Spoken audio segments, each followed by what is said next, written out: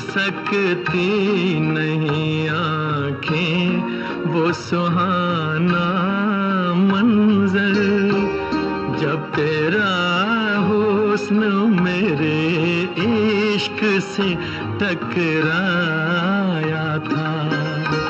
और फिर राह में बिखरे थे हजारों नगमे, मैं वो नगमे तेरी आवाज को दे आया था।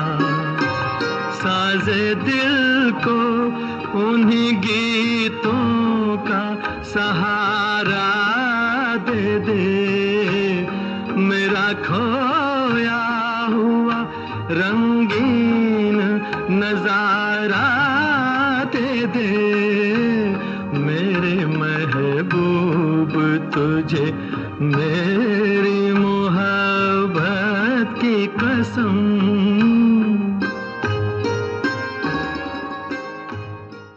कहानीकार विनोद कुमार ने जब प्रोड्यूसर डायरेक्टर एच.एस. रवेल को एक सीन सुनाया, सीन कुछ इस तरह से था कि अलीगढ़ यूनिवर्सिटी में दो लोग आपस में टकराते हैं। एक शायर साहब एक खातून से गलती से टकरा जाते हैं और फिर रास्ते में बिखर जाती हैं किताबें, और किताबों के साथ ही शायर का दिल भी बिखर जाता है और उसे पहली ही नज़र में इश्क हो जाता है उस हसीना से जिसका चेहरा नकाब के पीछे छुपा था। महज ये सीन सुनकर ही एच.एस. रवेल ने ये तय कर लिया कि वो ये फिल्म ज़रूर बनाएंगे, और इस तरह से इब्तिदा हुई न सिर्फ अपने ज़माने की ही बल्कि हर ज़माने की एक खूबसूरत लव स्टोरी जो तमीज़ और तहजीब के पर्दे में लोगों के सामने आई 1963 में मेरे महबूब की शक्ल में।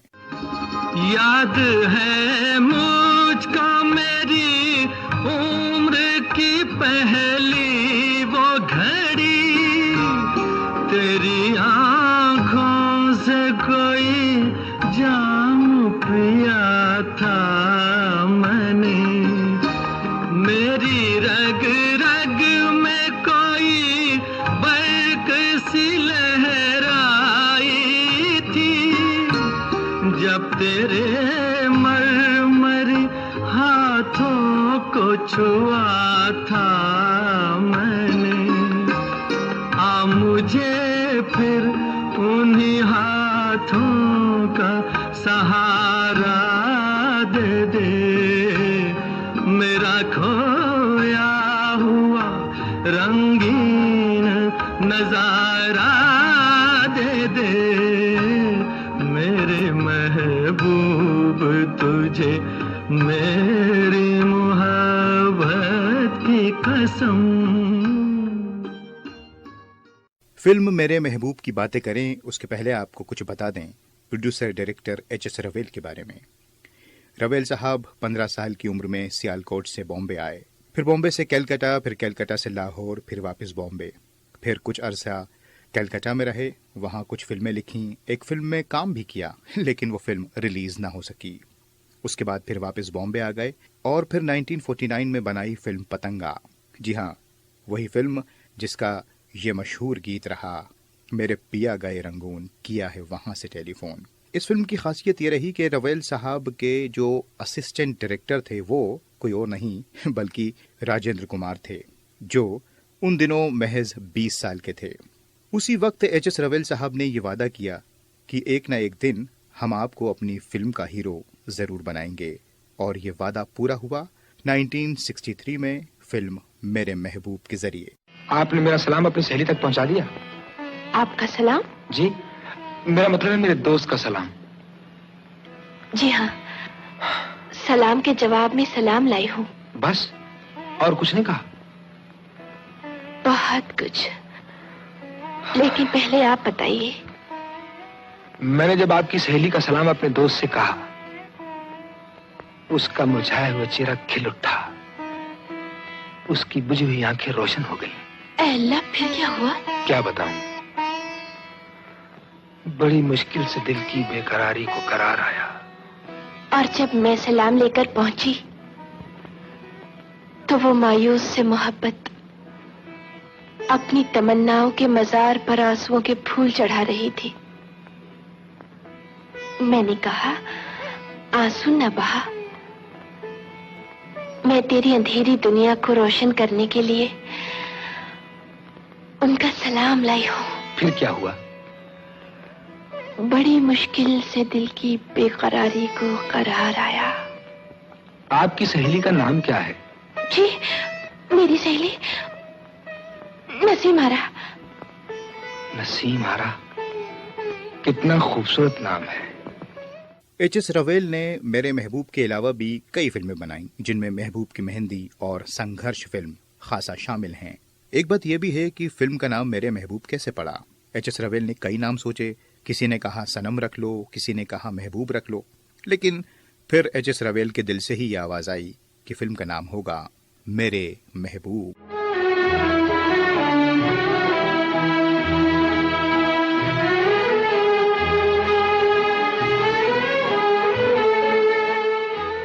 राजेंद्र कुमार ने जो इसमें अदाकारी की है वो काबिल तारीफ है। अनवर हुसैन अनवर, एक शायर का रोल उन्होंने निभाया है और बखूबी निभाया है।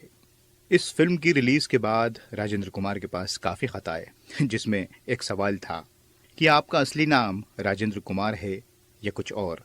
जिस तरह दिलीप कुमार का नाम यूसुफ खान है, आपका भी कहीं कुछ और नाम तो नहीं। दरअसल बात यह थी कि राजेंद्र कुमार मुस्लिम रोल्स में खासा जमते थे। यही वजह है कि उन्होंने कई फिल्मों में मुस्लिम किरदार निभाए। अमर रहे ये प्यार और मेरे महबूब के बाद फिल्म पालकी में।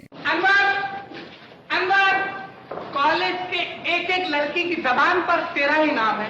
सब ये कह रहे हैं कि इस साल उर्दू अदब के सालाना मशायरे का इनाम तू ही जीतेगा। बेटे, अगर इनाम जीतना है तो अपनी गजल मुझे सुना दे और अपने उस्ताद बिंदादीन घायल से इत्तला ले ले। घायल मियां, आज के मुशायरे के लिए मैंने तो एक शेर भी नहीं कहा। एक भी शेर नहीं कहा? आखिर की हिमाकत क्यों? दिलो दिमाग अपने काबू में नहीं है दोस्त। सारी रात जाग के कटी है। समझ गया, तू आदत के मुताबिक ज्यादा खा गया होगा और पेट में दर्द हो गया होगा। अबे घनचक्कर, पेट में दर्द नहीं, दिल में दर्द है। अच्छा घायल, तू तो जानता है कि आज तक उस बुरके वाले का कुछ पता नहीं। कॉलेज में आज छुट्टियां हो जाएंगी, सब लोग अपने अपने घर चले जाएंगे, वो भी चली जाएगी। यार मेरे, कोई ऐसी तरकीब बता कि उसका पता चल जाए। सुनो, ये तो सबको मालूम ही है कि तू आज रात को मुशायरे में पढ़ने वाला है। फिर अगर उसे तुझसे मोहब्बत होगी तो वो तुझे देखने के लिए मुशायरे में जरूर आएगी। तो प्यारे, मुशायरे में ऐसी नज़म पढ़ जिसमें अपनी हाय अल्लाह को मुखातिब करके हाल दिल सुना दे। बता दे कि रो रहा हूँ, तड़प रहा हूँ, मर रहा हूँ, खुदा के लिए शक्ल दिखला दो। मुशायरा खत्म, मुराद पूरी। मगर यार मेरे, अब शेर लिखने का वक्त कहाँ है? अबे 2 घंटे बाकी हैं। कलम तोड़ दे, रोशनाई पी जा। समझे ना? हिम्मते मर्दाओ, मददे खुदा, और इनको दे मिला नगर जुदा। ये ताज़ा शेर हुआ है भाई। मेरे महबूब में जो सबसे जबरदस्त रोल रहा वो था अशोक कुमार साहब का, नवाब बुलंद अख्तर चंगेजी का। खुदावंदा, मैं अपने पुरखों की इतनी बड़ी जिल्लत और रुसवाई बर्दाश्त नहीं कर सकता। इस बर्बादी का लुटा हुआ मंजर अपनी आंखों से देखने से पहले मैं अपनी जिंदगी खत्म कर रहा हूं। परवरदिगार, इस खुदकुशी को मैं अपने बाप दादा की चौखट पर सजदा करके इबादत का दर्जा दे रहा हूं। तू इसे गुनाह न समझना।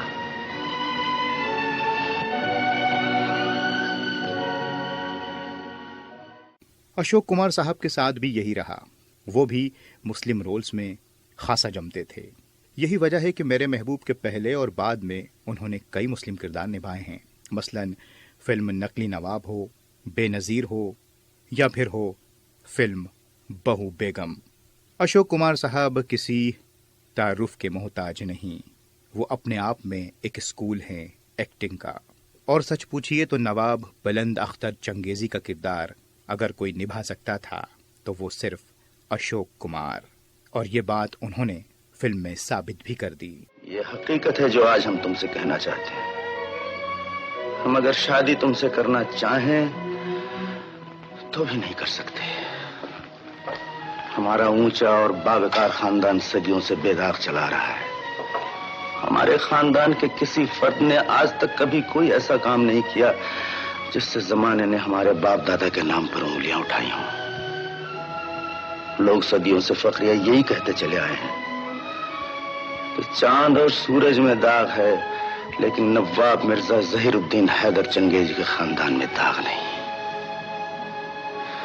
अब तुम ही बताओ नजमा, जिसकी शक्ल पर जमाने को दाग और धब्बे नजर आ रहे हैं, उसको हम इस अछूते खानदान की बहू कैसे बनाएं? आपके मुकद्दस कदमों की कसम, मैं आपके खानदान की बहू बनूं। मैंने ये ख्वाब कभी नहीं देखा। मेरे आका मेरी भलाई की आड़ लेकर मुझसे मुंह न मोड़िए। दरअसल फिल्म मेरे महबूब में पहले राजेंद्र कुमार के अपोजिट में निम्मी जी को साइन किया गया था, लेकिन निम्मी जी ने बहन के रोल को ज्यादा पसंद किया, और इसकी एक वजह यह भी थी कि वो अशोक कुमार साहब के साथ काम करना चाहती थीं। नजमा जी, इस लड़के के बारे में तुम्हारा क्या ख्याल है? बहुत शरीफ और होनहार मालूम होते हैं। यही वो लड़का जिसके साथ हमने हुस्ना की शादी का फैसला किया है। क्यों, क्या सोचने लगी? कुछ नहीं, सोच रही थी कि हुस्ना बीबी के लिए अनवर मियां कुछ ज्यादा मुनासिब नहीं है। तो क्या तुम अनवर को जानती हो? जी हाँ, बहुत अच्छे शायर हैं। अक्सर मैंने अखबारों में उनका कलाम पढ़ा है और तस्वीरें भी देखी हैं। आप ही बताइए, हुस्ना बीबी को आपने जिस लाड और प्यार से पाला है, एक शायर के घर में भला वो आराम उन्हें कैसे मिलेगा? हुजूर, शायर मुफलिस और नादार होते हैं। ताज्जुब है, कल तक तो तुम गरीबों को गले का हार बना रही थी और आज नफरत की निगाह से देख रही हो। भाई हम तो शादी तय कर चुके, जबान ले चुके और जबान दे चुके। फिर तो मुबारक हो। खुदा हुस्ना बीबी और अनवर मियां की जोड़ी रहती दुनिया तक कायम रखे। आमीन। साधना फिल्म में बाद में आई। दरअसल उन्हीं दिनों एक फिल्म और बन रही थी जिसका नाम था वो कौन थी। वो कौन थी में निम्मी जी लीड रोल निभा रही थीं। प्रोड्यूसर डायरेक्टर ने निम्मी जी से कहा कि आप मेरे महबूब का रोल छोड़ दीजिए, क्योंकि उसमें आप बहन का किरदार निभा रही हैं। उसका असर फिल्म वो कौन थी पर पड़ सकता है और शायद आपके करियर पर भी। निम्मी जी ने मेरे महबूब का रोल तो नहीं छोड़ा, लेकिन वो कौन थी छोड़ दी, और इत्तेफाक से फिर ये दोनों फिल्में मिली साधना जी को।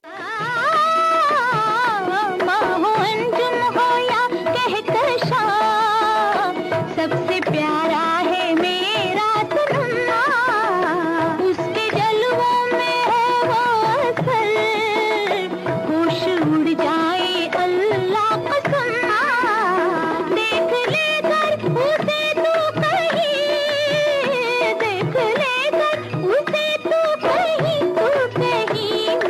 मेरे महबूब में क्या नहीं, मेरे महबूब में क्या नहीं।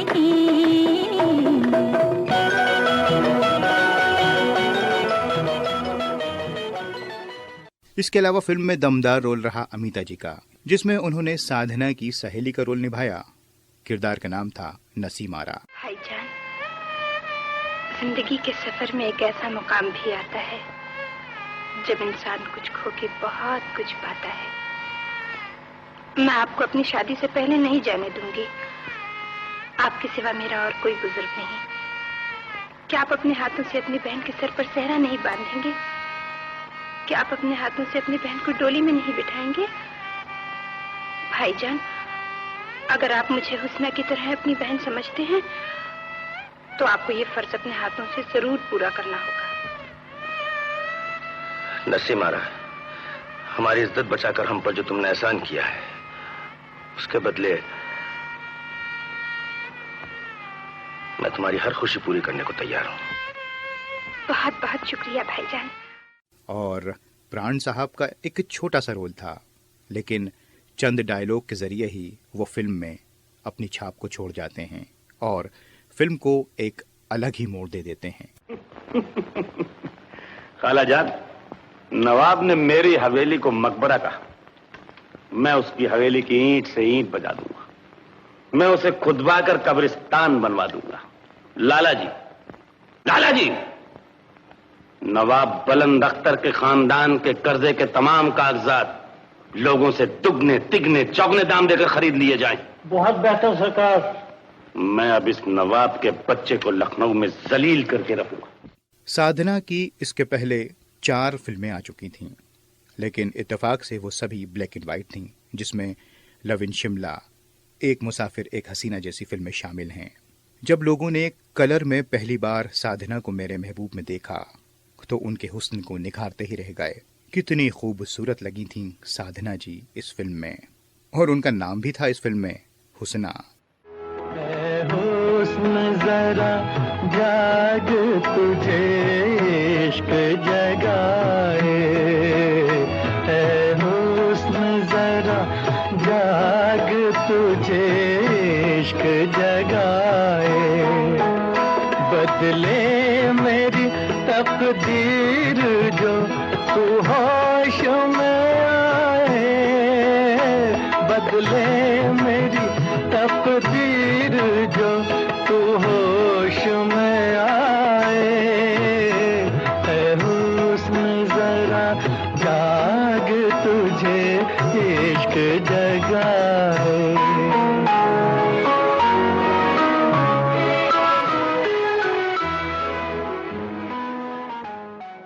राजेंद्र कुमार और साधना की जोड़ी काफी पसंद की गई। यही वजह है कि उनकी मेरे महबूब, आरज़ू और आप आए बाहर आई जैसी फिल्में पसंद की गईं। तुमसे इजहारे हाल कर बैठे, तुमसे इजहारे हाल कर बैठे, बेखुदी में कमाल कर बैठे, बेखुदी में कमाल कर बैठे रे, तुमसे इजहार हाल कर बैठे।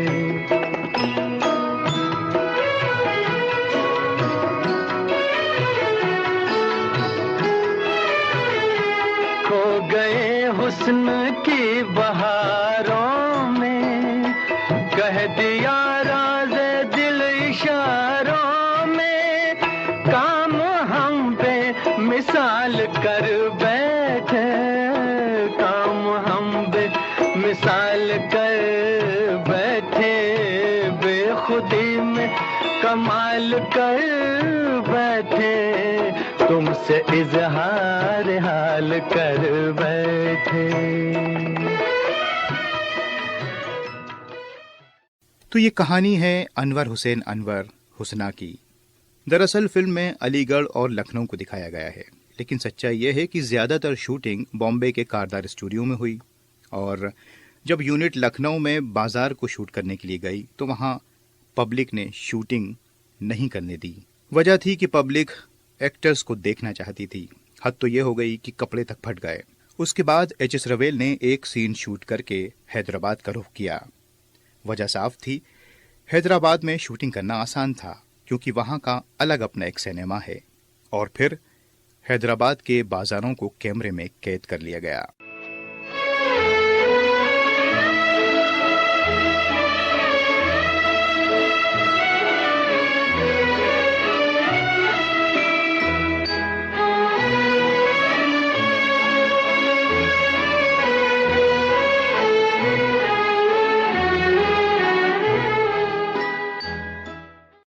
तो जो बाजार फिल्म में दिखाए गए हैं वो दरअसल हैदराबाद है, ना कि लखनऊ। इसी तरह से जो फिल्म का टाइटल सॉन्ग है, नज्म मेरे महबूब तुझे मेरी मोहब्बत की कसम, उसको शूट किया गया बॉम्बे के एक बड़े से ऑडिटोरियम में। पहले ऑडिटोरियम छोटा लिया गया था, लेकिन बाद में एच.एस. रवेल ने यह फैसला किया कि एक बड़ा ऑडिटोरियम होना चाहिए, और फिर वहां पे इस नज्म को शूट किया। बहुत से लोग ये समझते हैं कि इसकी शूटिंग अलीगढ़ की है। फिल्म मेरे महबूब का गीत और संगीत कितना मकबूल रहा ये तो बताने की जरूरत नहीं। ये आप और हम बखूबी जानते हैं। जब से तेरी याद मेरे दिल में समाई है, वल्ला किसी रात मुझे नींद नहीं आई है। मीठा मीठा दर्द है, मीठा मीठा दर्द है, होठों पे आहें सर्द है, चेहरा भी मेरा जर्द है। ना जाने क्या रंग दिखाए तेरा इंतजार, ना जाने क्या रंग दिखाए तेरा इंतजार। तेरे प्यार में दिलदार जो है मेरा हालेदार, कोई देखे या ना देखे अल्लाह देख रहा है। बहरहाल कुल 9 महीनों में ये फिल्म बनकर तैयार हो गई और फिर 1963 में रिलीज कर दी गई। फिल्म में एक और दिलचस्प किरदार है और वो है जनाब जॉनी वॉकर साहब का। पिंदा दिन घायल का किरदार निभाया था जॉनी वॉकर ने और खास दोस्त बने थे अनवर हुसैन अनवर यानी राजेंद्र कुमार के। तो हुजूर कुछ भी कहें, लेकिन अनवर मियाँ आपके एहसान से दब गए। देखिए ना, गर्दन भी झुक गई। अब खड़े होंगे तो कमर भी झुकी हुई मिलेगी। अगर ये बात है अनवर मियाँ, तो आप भी हम पे एक एहसान कर दीजिए। हुक्म कीजिए हुजूर। भाई, हमारी छोटी बहन को शायरी से बहुत दिलचस्पी है। अगर आपको जहमत ना हो तो उसके कलाम पर कभी कभी इस्लाह कर दिया कीजिए। ये इस लायक है तो नहीं, लेकिन गर्दन सीधी करने के लिए आपका हुक्म बजा लाएंगे। साहब, आप बातें बड़ी दिलचस्प करते हैं। हुजूर शेर भी दिलचस्प कहता हूँ। अर्ज किया है, जिंदगी से जो कसमसाया हो, जिसको मरना ही रास आया हो, वो बुते बेवफा से प्यार करे जिसको कुत्ते ने काट खाया हो। आप लोग जरा लेट हंसे नहीं, शेर मुश्किल था। मेरे महबूब तुझे मेरी मोहब्बत की कसम। जब इसकी रिकॉर्डिंग की जा रही थी तो रवेल साहब नौशाद साहब के पास पहुंचे। देखा कि वहां बहुत कम साजिंदे हैं। रवेल साहब ने कहा, ये तो टाइटल सॉन्ग है, इतने कम म्यूजिशियंस क्यों? नौशाद साहब ने कहा, ये एक नज्म है जिसे हीरो अकेला गा रहा है, तो लिहाजा इसमें ज्यादा साजिंदों की जरूरत नहीं। ज्यादा इंस्ट्रूमेंट्स यूज करेंगे तो बात बिगड़ जाएगी। रवेल साहब बात समझे नहीं तो नौशाद साहब ने अपने अंदाज में फिर समझाया कि अगर दुल्हन खूबसूरत हो तो उसे जेवर की जरूरत नहीं पड़ती। बस फिर तो रवेल साहब समझ गए और हम सब भी।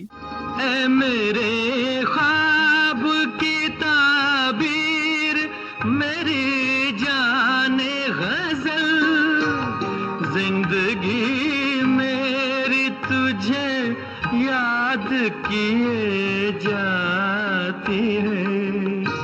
रात दिन मुझको सताता है तसव्वुर तेरा, दिल की धड़कन तुझे आवाज दिए जाती है।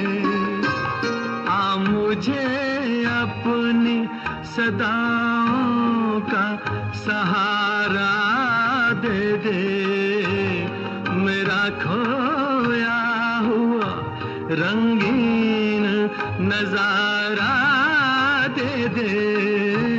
मेरे महबूब तुझे मेरी मोहब्बत की कसम।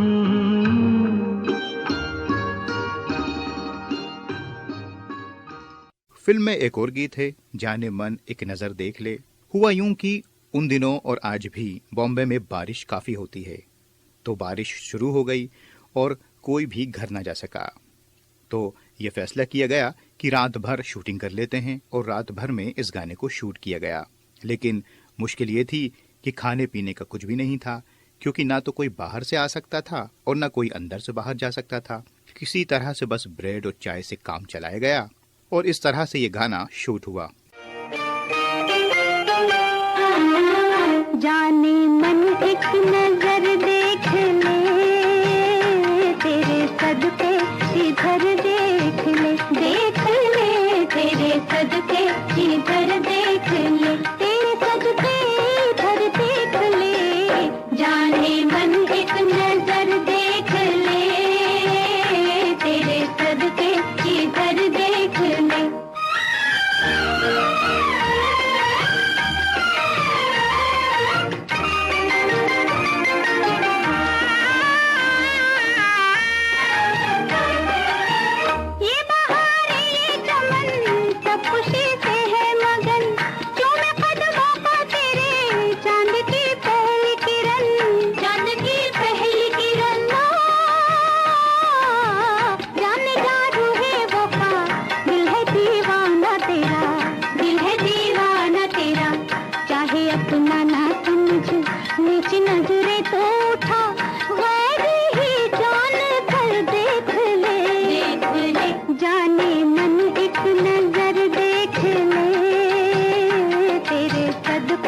इधर देख ले तेरे सजदे इधर देख ले। फिल्म का एक और नगमा जो बड़ा दिलकश है, याद में तेरी जाग जाग के।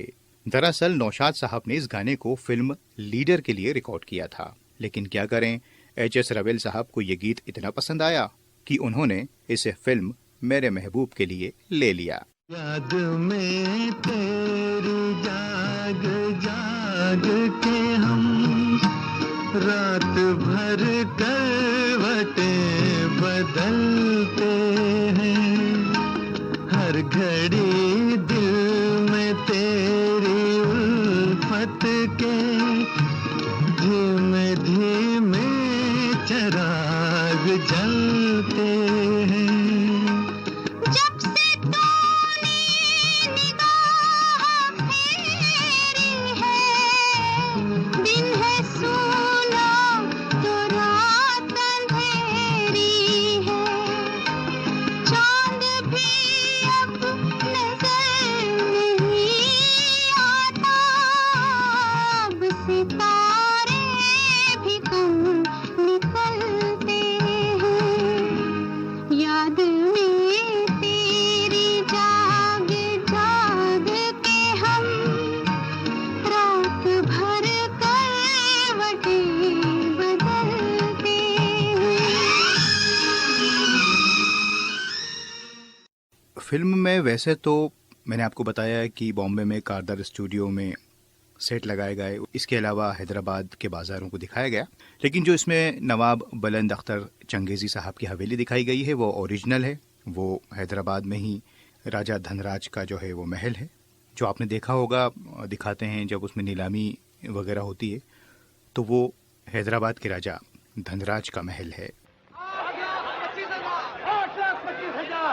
8,25,000 एक, 8,25,000 दो, 8,25,000। बोलिए, मुंह क्या देखते हो? ऐसी शानदार हवेली तुम्हें बार बार नहीं मिलेगी। बोलिए, 8,25,000।